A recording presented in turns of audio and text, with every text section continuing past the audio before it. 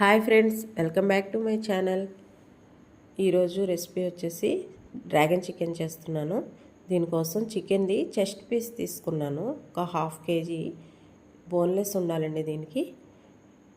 దీన్ని వీడియోలో చూపిస్తున్న విధంగా ఇలా స్లైసెస్ లాగా పొడవుగా కట్ చేసుకోవాలి.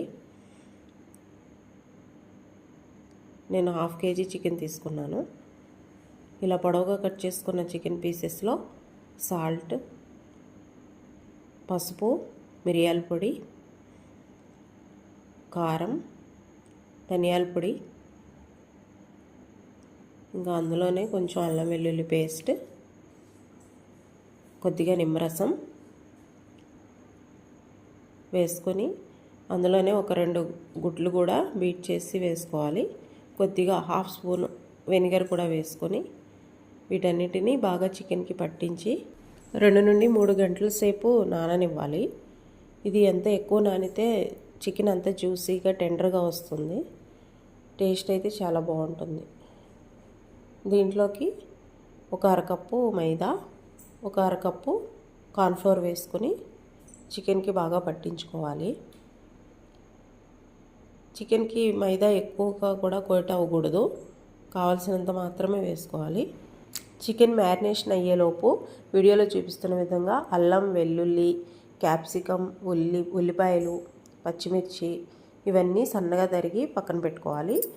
ఇప్పుడు స్టవ్ మీద ఆయిల్ పెట్టుకొని ఆయిల్ హీట్ అయిన తర్వాత మంటను మీడియం టు లో ఫ్లేమ్లోకి టర్న్ చేసుకొని మనం మ్యారినేట్ చేసి ఉంచుకున్న చికెన్ ఒక్కొక్క పీసెస్గా వేసుకుంటూ ఇలా గోల్డెన్ బ్రౌన్ కలర్ వచ్చే వరకు ఫ్రై చేసుకోవాలి. అలాగే చికెన్ మొత్తం అంతా కూడా వీడియోలో చూపిస్తున్న విధంగా గోల్డెన్ బ్రౌన్ కలర్ వచ్చే వరకు ఫ్రై చేసుకోవాలి. ఈ ఫ్రై చేసుకున్న పీసెస్ పక్కన పెట్టుకుని మరొక కడాయి తీసుకొని అందులో కొద్దిగా ఆయిల్ తీసుకుని ఆయిల్ హీట్ అయిన తర్వాత మనం తరిగి ఉంచుకున్న ముక్కల్ని వేసుకుని అవి దోరగా వేయించుకోవాలి. అవి వేగిన తర్వాత ఉల్లిపాయ ముక్కలు వేసుకొని అవి కూడా ఫ్రై అయిన తర్వాత తరిగి ఉంచుకున్న పచ్చిమిర్చి అలాగే క్యాప్సికమ్ ముక్కల్ని కూడా వేసుకొని ఫ్రై చేసుకోవాలి. వీటిలో కొద్దిగా ఉప్పు, కొంచెం మిరియాల పొడి, ఒక హాఫ్ స్పూన్ వెనిగర్ వేసుకొని టాస్ చేసుకుంటూ ఉండాలి. ఇప్పుడు అందులోనే red chilli sauce, green chilli sauce, tomato ketchup కూడా వేసుకొని బాగా తిప్పుకోవాలి.